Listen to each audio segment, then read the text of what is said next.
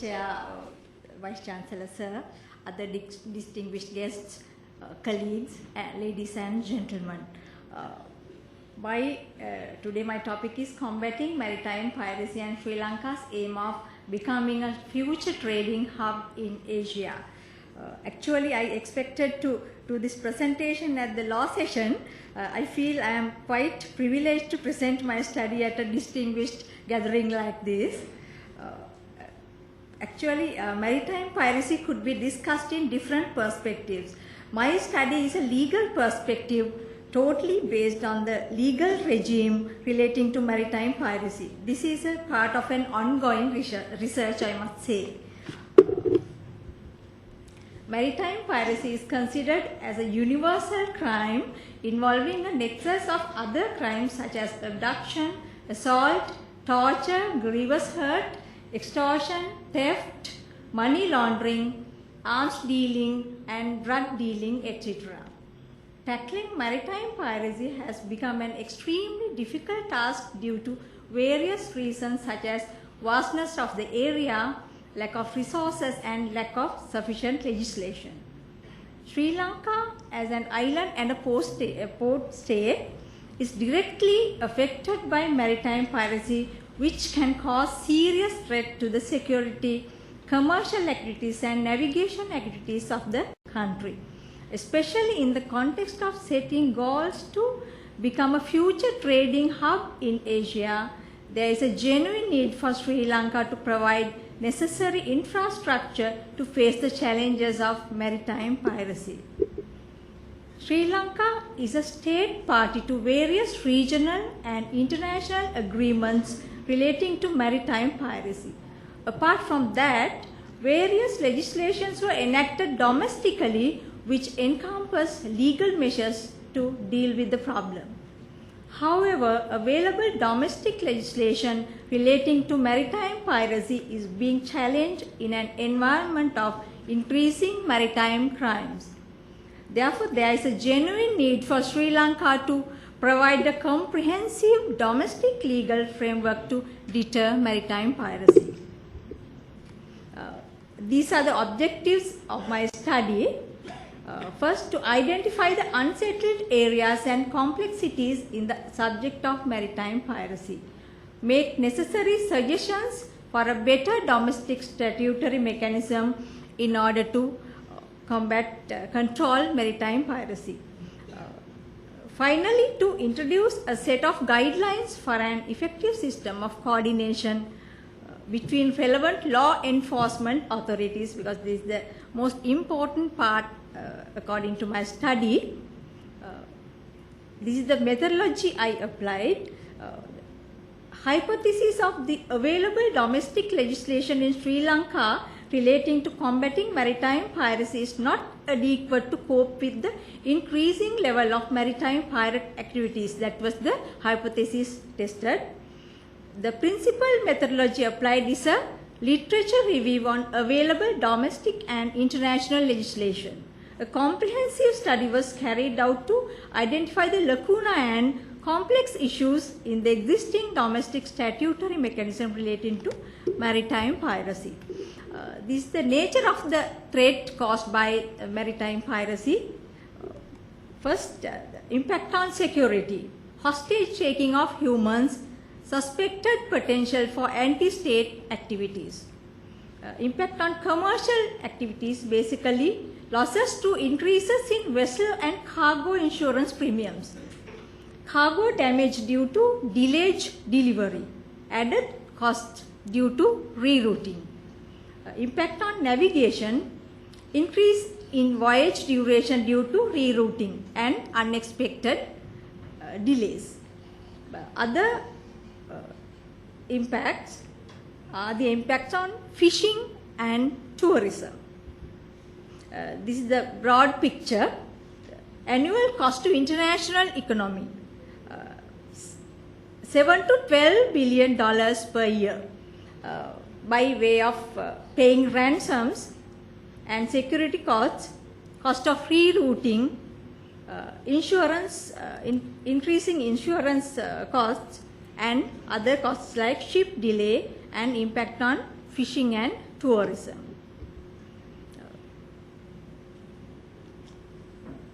Importance of the geographical location of the country. As I stated earlier, Sri Lanka is an island state and is geographically located at a very central place in the Indian Ocean, bordering one of the main shipping lanes in the world, which connects to the east part of the world to the west part of the world. Geographical location of the country has created a great potential to stabilize its position as a naval and aviation hub in Asia. It's a historical factor, of course. Colombo port is one of the main hub ports in the Indian Ocean. A significant number of merchant ships such as main line carriers and feeder ships calling over at Colombo port. By the expansion of the Colombo port and the creation of the port at Hambantota, an escalation of shipping activities are expected. Accordingly, the legislation relating to maritime activities is of much importance to the country. This is the geographical location of the country. You can see the main shipping routes, and this picture shows expansion of pirate operations. In 2010, you can see the border, and 2011 it has expanded further up. This is the legal regime relating to maritime piracy. It can be pointed out basically international conventions and agreements, regional conventions and agreements, domestic legislation.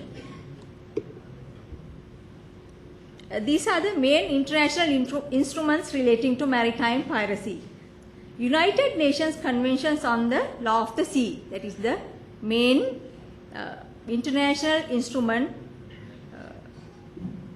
regarding sea affairs, and maritime piracy is defined by this convention. And International Maritime Organization Convention, International Maritime Bureau Convention, and Convention for the Suppression of Unlawful Acts Against Safety of Maritime Navigation. Regional conventions relating to maritime piracy. These are the main regional conventions. Regional Cooperation Agreement on Combating Piracy and Armed Robbery Against Ships in Asia. We call it RECAP Convention. Second one is Maritime Piracy Human Response Program, also a South Asian regional program. Third one is called Dosti, a trilateral agreement between Sri Lanka, India and Bangladesh. To my knowledge, Dosti is a friend. Of course, Sri Lanka, India and Bangladesh can be considered as friends. Domestic legislation relating to maritime piracy. These are the local legislation available up to now regarding the subject of maritime piracy. Piracy Act number 9 of 2001. Suppression of Unlawful Acts Against Safety of Maritime Navigation Act 42 of 2000. Sri Lanka Ports Authority Act number 51 of 1979 and Merchant Shipping Act number 52 of 1971. This is the discussion, and finally I'll come to my recommendations. Sri Lanka is a state party to various regional and international agreements relating to maritime piracy. Apart from that, various legislations were enacted domestically which encompass legal measures to deal with the problem. However, this available domestic legislation relating to maritime piracy is being challenged in an environment of increasing maritime crimes.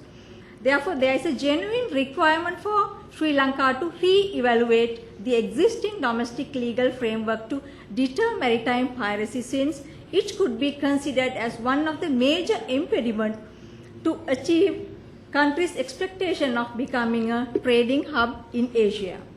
it could be observed that in many countries there is a consolidation of the laws dealing with maritime affairs and security into a few statutes. One of the important features of these consolidated statutes is the provisions available for coordination between officials or organizations performing different activities. This is essential for a proper regulation of the maritime affairs and security. In Sri Lanka, the legal regime in respect of regulating these matters enacted in different legislation, not in a consolidation form. It could be observed that in most of these legislations, there is hardly any provision encouraging coordination between relevant law enforcement authorities. This is a major factor regarding these legislation's success. A lack of coordination could be observed when considering the Piracy Act number 9 of 2001 and Suppression of Unlawful Acts Against Safety of Maritime Navigation Act number 42 of 2000. Piracy Act was of course enacted at the initiative of the Ministry of Ports. The Suppression of Unlawful Acts Against Maritime Safety of Maritime Navigation Act was enacted at the initiative of then Ministry of Foreign Affairs, now it is called Ministry of External Affairs. Both these statutes were enacted within a period of 1 year, of course. Piracy Act was enacted in August 9th, 2001, and the SUA Act, Suppression of Unlawful Acts Against Safety of Maritime Navigation Act, was enacted in year 2009 August. Both these statutes were enacted within a period of 1 year. Some of these provisions in both enactments overlap mainly in the area of control of piracy.